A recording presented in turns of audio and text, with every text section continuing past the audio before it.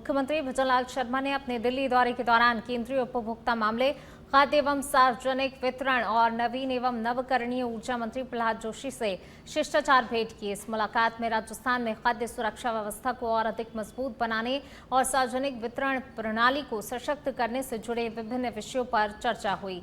इसके साथ ही प्रदेश को ऊर्जा आत्मनिर्भर बनाने के उद्देश्य से नवीकरणीय ऊर्जा क्षेत्र में संचालित केंद्रीय योजनाओं और आगामी विकास परियोजनाओं पर विचार विमर्श किया गया। बैठक के दौरान मुख्यमंत्री ने राजस्थान में हरित ऊर्जा क्षेत्र में हो रही प्रगति की जानकारी भी साझा की। केंद्रीय मंत्री प्रहलाद जोशी ने प्रदेश में नवकरणीय ऊर्जा के क्षेत्र में किए जा रहे कार्यों की सराहना करते हुए ग्रीन एनर्जी कॉरिडोर 2 परियोजना के प्रभावी क्रियान्वयन को महत्वपूर्ण उपलब्धि बताया। दोनों ही नेताओं ने राज्य के विकास और ऊर्जा के क्षेत्र में सहयोग बढ़ाने पर भी चर्चा की।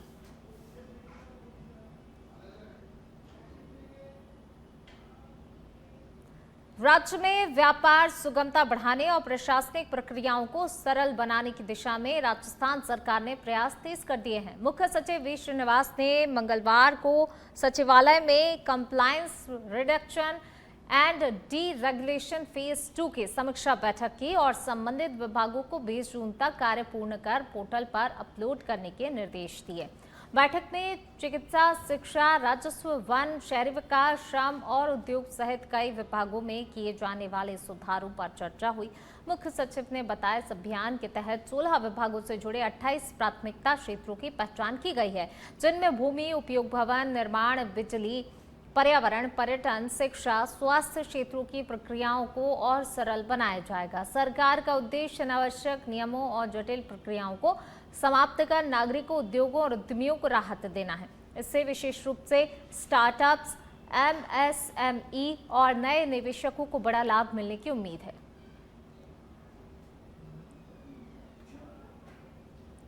राजस्थान के शहरों को स्वच्छ, आधुनिक और वैज्ञानिक अपशिष्ट प्रबंधन आधारित मॉडल के रूप में विकसित करने के लिए राज्य सरकार लगातार प्रयास कर रही है। इसी क्रम में मुख्य सचिव वी श्रीनिवास ने मंगलवार को सचिवालय में स्वच्छ भारत मिशन शहरी 2.0 की समीक्षा बैठक ली और अधिकारियों को स्वच्छता गतिविधियों में जन भागीदारी बढ़ाने के निर्देश दिए। उन्होंने कहा, मिशन की पहुंच व्यापक है और इससे जन आंदोलन का स्वरूप देने की आवश्यकता है।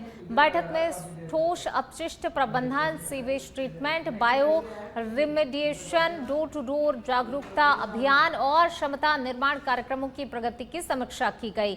मुख्य सचिव ने जयपुर में संचालित 1000 टीपीडी क्षमता वाले वेस्ट टू एनर्जी प्लांट और स्वच्छ भारत सर्वेक्षण की तैयारियों की नियमित निगरानी के निर्देश भी दिए। वहीं अधिकारियों ने बताया, मिशन के तहत राज्य में 4804 करोड़ रुपए से अधिक की परियोजनाएं संचालित हैं और अब तक 97 लाख घन मीटर से अधिक लीगेसी वेस्ट का वैज्ञानिक निस्तारण किया जा चुका है।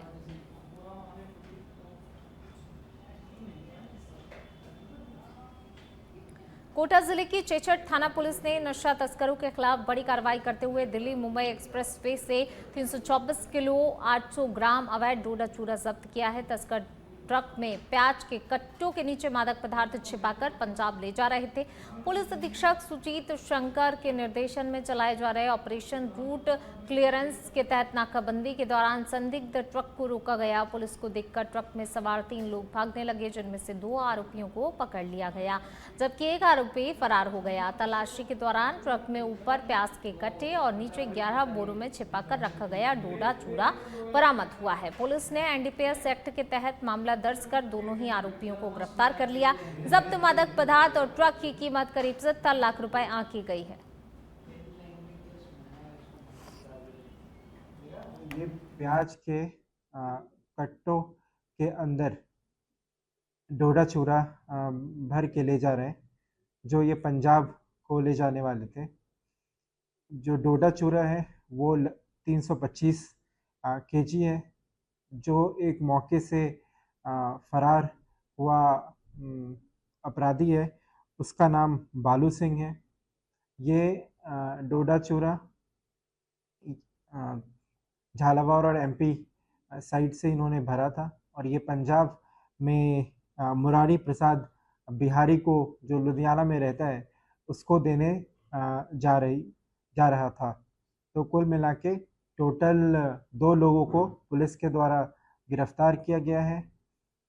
एक ट्रक को सीज किया गया है और इसके साथ साथ 325 केजी मादक पदार्थ डोडा चूरा को भी जब्त किया गया है। कोटपुतली बहरोड जिले के बानसूर क्षेत्र में स्थित नारोल उप स्वास्थ्य केंद्र उस समय चर्चा का विषय बन गया जब एक रिटायर्ड सीआरपीएफ जवान को लेकर वहां विवाद खड़ा हो गया। जानकारी के अनुसार रोडपाल निवासी यशवंत मेघवाल स्वास्थ्य केंद्र के एक कमरे में मौजूद थे। इसी दौरान उनकी पत्नी अपने पुत्र के साथ वहां पर पहुंच गई, जिसके बाद दोनों पक्षों के बीच विवाद शुरू हो गया। देखते ही देखते मामला बढ़ गया और स्वास्थ्य केंद्र की एएनएम और महिला के बीच तीखी बहसबाजी हो गई। घटना के दौरान स्वास्थ्य केंद्र परिसर में अफरा तफरी का माहौल बन गया और बड़ी संख्या में ग्रामीण मौके पर एकत्रित हो गए। सूचना मिलने पर हरसौरा थाना पुलिस मौके पर पहुंची और स्थिति को नियंत्रित किया। पुलिस के अनुसार शांति व्यवस्था बनाए रखने के लिए यशवंत मेघवाल को शांति भंग की आशंका में गिरफ्तार किया गया है। फिलहाल मामले की जांच जारी है। शांति भंग की आशंका में देखिए एक व्यक्ति को गिरफ्तार कर लिया गया है। उप स्वास्थ्य केंद्र में जमकर विवाद हुआ और इस विवाद के चलते काफी जो है हंगामा मच गया। अफरा तफरी का माहौल भी वहां पर बन गया। महिला और एएनएम के बीच जो है कहासुनी हुई और कहासुनी बहुत ज्यादा बढ़ गई, विवाद में तब्दील हो गई। पुलिस ने पहुंचकर किसी तरह से स्थिति को नियंत्रित किया है और शांति भंग की आशंका में एक व्यक्ति की गिरफ्तारी भी यहाँ पर की गई है। तो स्वास्थ्य केंद्र में जमकर हंगामा देखने को मिला है। यहाँ पर महिला और एएनएम के बीच कहासुनी हुई। कहासुनी सिर्फ जो है कहासुनी तक सीमित नहीं रही, जमकर विवाद हुआ, हाथापाई तक बात पहुंच गई और पुलिस को पहुंचकर जो है इस पूरे मामले को नियंत्रित करना पड़ा। कानून व्यवस्था बनाए रखने और संदिग्ध गतिविधियों पर प्रभावी निगरानी के उद्देश्य से चित्तौड़गढ़ रोड पर विशेष नाकाबंदी अभियान चलाया गया। इस अभियान के दौरान पुलिस टीम ने आने जाने वाले वाहनों की सघन जांच की और वाहन चालकों से आवश्यक पूछताछ की। सीआई शंभू सिंह के नेतृत्व में पुलिसकर्मी पूरी मुस्तैदी के साथ तैनात रहे। नाकाबंदी के दौरान अतिरिक्त पुलिस अधीक्षक बलवीर सिंह भी मौके पर पहुंचे और सुरक्षा व्यवस्थाओं का निरीक्षण करते हुए जाँच प्रक्रिया का जायजा लिया। उन्होंने पुलिसकर्मियों को आवश्यक दिशा निर्देश भी दिए। पुलिस विभाग के अनुसार आईजी गौरव श्रीवास्तव के निर्देशन में जिले भर में विशेष अभियान संचालित किया जा रहा है, जिसके तहत विभिन्न स्थानों पर नाकाबंदी कर संदिग्ध व्यक्तियों और वाहनों की जांच की जा रही है। पुलिस प्रशासन ने आमजन से सहयोग की अपील करते हुए कहा है कि जिले में शांति और सुरक्षा बनाए रखने के लिए इस तरह की कार्रवाई आगे भी लगातार जारी रहेगी। सिरोही जिले के आबू शहर में मंगलवार को एक सड़क हादसे में 2 बाइक सवार युवक घायल हो गए। घटना विष्णु टॉकीज के सामने हुई, जहां सड़क पर अचानक से सामने आई एक कार से बचने के प्रयास में 2 बाइकों की आमने सामने टक्कर हो गई। टक्कर इतनी जोरदार थी, एक बाइक सड़क किनारे दीवार से जा टकराई, जबकि दूसरी बाइक करीब 50 मीटर तक सड़क पर घिसटती चली गई। हादसे में दोनों युवक सड़क पर गिर पड़े और गंभीर रूप से घायल हो गए। घायलों में एक युवक के सिर और शरीर पर गंभीर चोटें आई हैं, जिसे उपचार के लिए उप जिला अस्पताल में भर्ती कराया गया है। तो वहीं दूसरा बाइक सवार हादसे के बाद मौके से फरार हो गया। सूचना पर पहुंची पुलिस ने घायल को अस्पताल पहुंचाया और यातायात व्यवस्था सुचारू करवाई। पुलिस फरार युवक की तलाश में और हादसे के कारणों की जांच में जुटी हुई है। तो कार से बचने के प्रयास में ये भीषण सड़क हादसा हुआ है, जिसमें एक युवक गंभीर रूप से घायल हो गया है, जिसे अस्पताल में भर्ती कराया गया है, जहां पर उसकी जो है डॉक्टरों की निगरानी में इलाज किया जा रहा है। अबू रोड में 2 बाइकों की आमने सामने जो है जोरदार भिड़ंत हुई और कार से बचने के प्रयास में बताया जा रहा है कि ये भीषण सड़क हादसा हुआ, जिसमें एक युवक की हालत काफ़ी ज़्यादा गंभीर हो गई। एक युवक गंभीर रूप से घायल हो गया है, जिसे जो है अस्पताल पहुँचाया गया है, जहाँ पर इलाज जारी है। अबू रोड में 2 बाइकों की भीषण ये टक्कर और जिसके बाद एक युवक की जो है गंभीर रूप से हालत बिगड़ गई, जिसे अस्पताल में भर्ती कराया गया है, जहां पर इलाज जारी है। डॉक्टरों की टीम जो है इलाज कर रही है। दूसरा बाइक सवार मौके से फरार हो गया है। राजस्थान पुलिस मुख्यालय के निर्देश अनुसार चल रहे वार्षिक निरीक्षण अभियान के तहत पुलिस हाउसिंग के अतिरिक्त महानिदेशक भूपेंद्र साहू मंगलवार को जैसलमेर पहुंचे। दौरे के दौरान उन्होंने पुलिस लाइन डिप्टी कार्यालय, कोतवाली थाना सहित विभिन्न पुलिस इकाइयों का निरीक्षण कर व्यवस्थाओं का जायजा लिया। इसके बाद जिला पुलिस अधीक्षक कार्यालय में आयोजित बैठक में कानून व्यवस्था, अपराध नियंत्रण और उपलब्ध संसाधनों की समीक्षा की गई। प्रेस वार्ता में एडीजी भूपेंद्र साहू ने बताया, जैसलमेर भौगोलिक दृष्टि से विशाल जिला है और यहां अन्य जिलों की तुलना में अपराध दर अपेक्षाकृत कम है। हालांकि पर्यटन गतिविधियों में वृद्धि, सोलर और सीमेंट प्लांटों में बढ़ती श्रमिक आवाजाही को देखते हुए भविष्य की चुनौतियों पर विशेष चर्चा की गई है। उन्होंने कहा कि पाकिस्तान से लगती लंबी अंतर्राष्ट्रीय सीमा के मद्देनजर सेना और अन्य सुरक्षा एजेंसियों के साथ बेहतर समन्वय और साइबर अपराधों पर प्रभावी नियंत्रण को लेकर भी आवश्यक रणनीति बनाई जा रही है। यहाँ पे जैसलमेर जिले का जो पुलिस लाइन है वहाँ का राउंड लिया है। इसके अलावा जो थाना अधिकारी, वित्ताधिकारी हैं या सीनियर अधिकारी हैं, उनकी क्राइम मीटिंग हुई है। इसके अलावा थाने का और वित्त कार्यालय का भी निरीक्षण किया जाएगा। तो अभी तक देखने से आया कि जैसलमेर जिला है, भौगोलिक रूप से काफ़ी बड़ा है। क्राइम तो अन्य जिलों की तुलना में नहीं है, लेकिन आने वाले समय में जैसे यहाँ की सोलर कंपनीज आ रही हैं, सीमेंट प्लांट लग रहे हैं, तो उसके कारण जो लेबर का मूवमेंट हो रहा है, टूरिस्ट का आवागमन भी काफ़ी बढ़ रहा है। तो जो भविष्य के हिसाब से जो चुनौतियां हैं, उस संबंध में क्या हमारी तैयारी होनी चाहिए, हम कहाँ पर हैं, कैसे उसमें विस्तार किया जाना चाहिए, सब सारे संबंध में यहाँ पे चर्चा की गई है। इसके अलावा बॉर्डर एरिया है, पाकिस्तान से हमारी काफ़ी लंबी सीमा लगती है, एयरफोर्स भी है, आर्मी का डिप्लॉयमेंट भी है, बीएसएफ है, तो उससे हमारा कैसा कोऑर्डिनेशन होना चाहिए, जो संदिग्ध लोग बाहर से आते हैं उन पर कैसी निगरानी की जानी चाहिए, आने वाले समय में साइबर क्राइम के जो चैलेंजेस हैं उनको कैसे दूर किया जाए, साथ ही साथ जो कमज़ोर वर्ग मानते हैं, जैसे SC ST वर्ग हैं, वरिष्ठ नागरिक जन हैं, बच्चों हैं, उनकी सुरक्षा के संबंध में क्या क्या कदम उठाए जाए। राजस्थान में नशे के खिलाफ चलाए जा रहे अभियान के तहत एंटी नारकोटिक्स टास्क फोर्स यानी ANTF ने बड़ी कार्रवाई करते हुए MD ड्रग नेटवर्क का पर्दाफाश किया है। इस मामले में 6 आरोपियों को गिरफ्तार किया गया है, जिनमें जालोर जिले के चितलवाना क्षेत्र स्थित केरिया गांव निवासी अशोक कुमार विश्नोई भी शामिल हैं। जांच में सामने आया, ये नेटवर्क बाड़मेर से जोधपुर तक फैला हुआ था और अवैध रूप से सिंथेटिक ड्रग MD के निर्माण और सप्लाई में सक्रिय था। कार्रवाई के दौरान पुलिस ने भारी मात्रा में केमिकल उपकरण और कच्चा माल भी बरामद किया है। वहीं जांच के दौरान बाड़मेर जिले के भूड़िया क्षेत्र में एक मकान में संचालित अवैध MD ड्रग फैक्ट्री का भी खुलासा हुआ है। पुलिस का कहना है कि ये एक बड़े अंतर्राज्यीय ड्रग सिंडिकेट से जुड़ा हुआ मामला हो सकता है और आगे की जांच में कई अहम खुलासे होने की भी संभावना जताई गई है।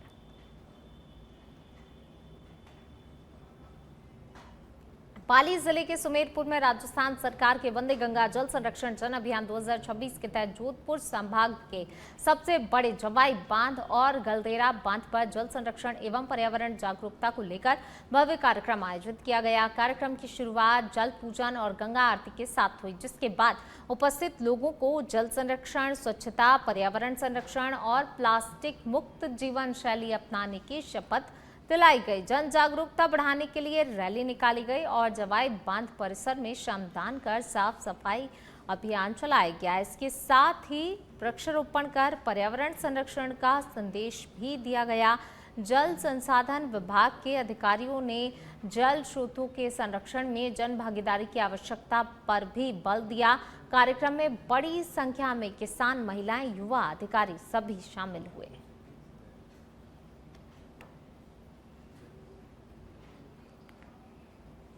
छत्तीसगढ़ के मुख्यमंत्री विष्णुदेव साय सुशासन तिहार के तहत नारायणपुर जिले के अबूझमाड़ अंचल स्थित ग्राम पंचायत गारपा पहुंचे, जहां पर उन्होंने जन चौपाल में ग्रामीणों के साथ सीधा संवाद किया।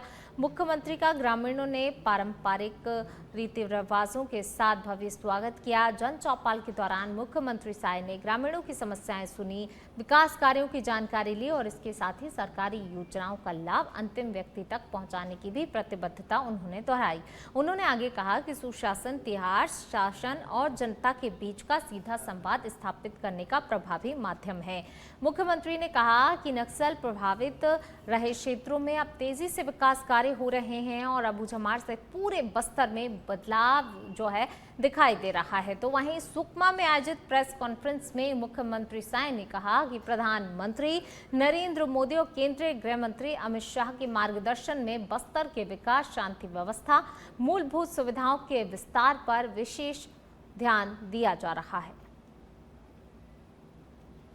समाप्त हुआ है और 4 से 5 दशकों तक विकास में पीछे रहे हैं, तो भारत सरकार की भी, माननीय प्रधानमंत्री जी की चिंता है, गृह मंत्री जी की भी चिंता है, प्रदेश सरकार की भी चिंता है कि उसी तेजी से इस क्षेत्र में विकास को आगे बढ़ाएंगे और विशेषकर खेती को आगे बढ़ाएंगे, क्योंकि यहाँ जो जनजाति समाज और लोग हैं, खेती से विशेष उनका जुड़ाव है, इसलिए सिंचाई के साधनों को बढ़ाएंगे। अभी 2 बड़ी योजना यहाँ पर सैंक्शन किए हैं, इंद्रावती में देउरगांव और मटनार, करीब 2000 करोड़, और इसमें 80 लाख एकड़ करीब इसमें सिंचाई होगा। तो इस तरह से किसानों को खेती में आगे बढ़ाने का है। महिला स्व सहायता समूह अभी काफ़ी लखपति दीदी बन रही हैं, तो उनको और भी झींगा पालन है, बकरी पालन, मधुमक्खी पालन, ये सब सुविधा देकर उनको और आय की दृष्टि से उनको बढ़ाने का काम करेंगे। और जो भी उत्पाद होगा उसको बस्तर ब्रांड के नाम से विख्यात करने की सरकार की योजना।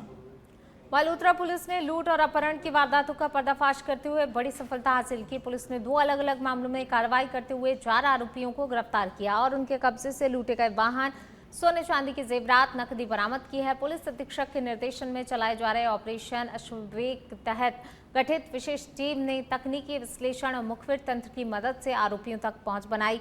जांच में सामने आया, आरोपी वाहन चालकों को बहला फुसलाकर सुनसान स्थानों पर ले जाते थे और फिर पिस्तौल दिखाकर मारपीट करते हुए नकदी, दस्तावेज और वाहन लूट लेते थे। एक मामले में पाली निवासी व्यक्ति और दूसरे मामले में जालोर निवासी कार चालक को निशाना बनाया गया था। पुलिस के अनुसार मुख्य आरोपी इकबाल राम जाट सहित 4 आरोपियों को गिरफ्तार कर लिया गया है। मामले में अन्य वारदातों की कड़ियां भी खंगाली जा रही हैं। ऑपरेशन अश्ववेग के तहत जो टैक्सी ड्राइवरों को बंधक बना के व्हीकल को जो लूट करने वाला का एक गैंग पकड़ा है। ये अंतर्राज्यीय गैंग है, इसमें 4 लोगों को अरेस्ट किया है और उनका 2 के खिलाफ 15-15 हज़ार का इनामी था और एक नाबालिग इसको निरुद्ध भी किया है और 2 व्हीकल को हमने बरामद किए हैं और आगे का जांच जारी है नियमानुसार कार्रवाई। फलौदी जिले के नौ क्षेत्र में संचालित Sterling and Wilson solar plant के खिलाफ करोड़ों रुपए के बकाया भुगतान को लेकर ठेकेदारों, ग्रामीणों ने प्रदर्शन किया। प्लांट के बाहर हुए प्रदर्शन में बड़ी संख्या में स्थानीय ठेकेदार, श्रमिक, ग्रामीण सभी शामिल हुए। प्रदर्शनकारियों का आरोप है कि प्लांट में विभिन्न कार्य पूरे किए जाने के बावजूद लंबे समय से भुगतान नहीं किया जा रहा है, जिससे कि आर्थिक संकट गहराता जा रहा है।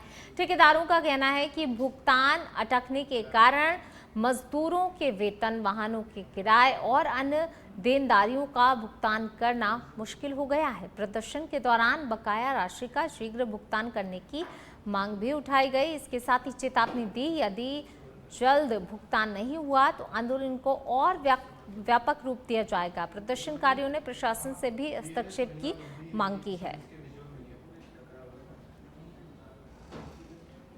भरतपुर जिले के बयाना शहर में मानसून शुरू होने से पहले ही नगरपालिका की सफाई व्यवस्था सवालों के घेरे में आ गई है। शहर के कई इलाकों में नालियां जाम होने के कारण घरों का गंदा पानी सड़कों पर बह रहा है, जिससे आमजन को भारी परेशानी का सामना करना पड़ रहा है। सुभाष चौक से लेकर विजय कॉलोनी और अन्य क्षेत्रों में जल निकासी व्यवस्था प्रभावित नजर आ रही है। वहीं स्थानीय लोगों का कहना है अभी बारिश का दौर शुरू भी नहीं हुआ है, लेकिन शहर में जल भराव जैसे हालात बनने लगे हैं। नगर पालिका द्वारा साफ सफाई अभियान चलाने और साथ ही संसाधन लगाने के दावे किए जा रहे हैं, लेकिन जमीनी स्थिति बिल्कुल अलग दिखाई दे रही है। व्यापारियों और स्थानीय नागरिकों में सफाई कार्यों में पारदर्शिता और जवाबदेही तय करने की मांग की गई है। लोगों ने मानसून से पहले सभी नालों और नालियों की व्यापक सफाई कराने की मांग उठाई है।